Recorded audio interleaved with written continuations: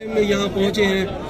ہمیں امید ہے آپ ہمارے لیے کوئی نہ کوئی پیکیج ضرور لائے ہوں گے۔ یہاں پر ہمیں ادویات کی سخت ضرورت ہے، جلدی امراض پھیل رہے ہیں۔ سب سے پہلے ہماری عورتوں کو پردہ اور ہمارے بچوں کو چھت مہیا چاہیے۔ سب سے پہلے تو میڈیکل کے حوالے سے یہ ہے کہ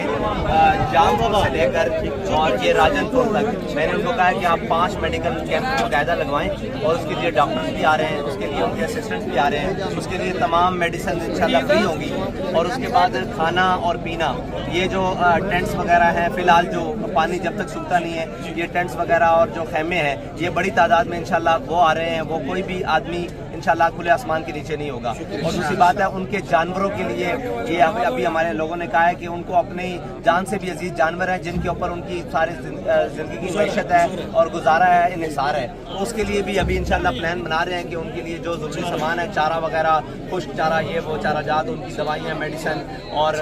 جو ہمارے ویٹرنری کے ڈاکٹرز ہیں انشاءاللہ ان کی ٹیم بھی تشکیل دے رہے ہیں، وہ بھی انشاءاللہ یہاں پر آ رہے ہیں۔ چھوٹے بچوں کے لیے آپ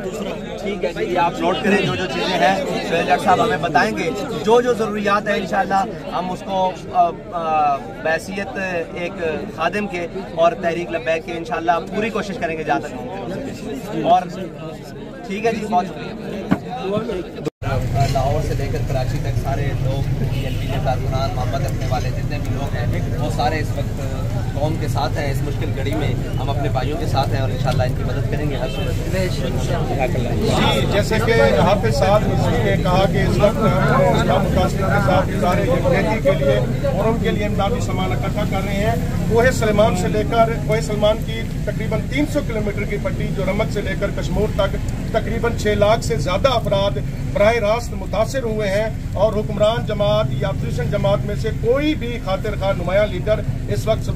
سلام متاثرین کے ساتھ اظہار یکجہتی کے لیے نہیں آیا۔ اور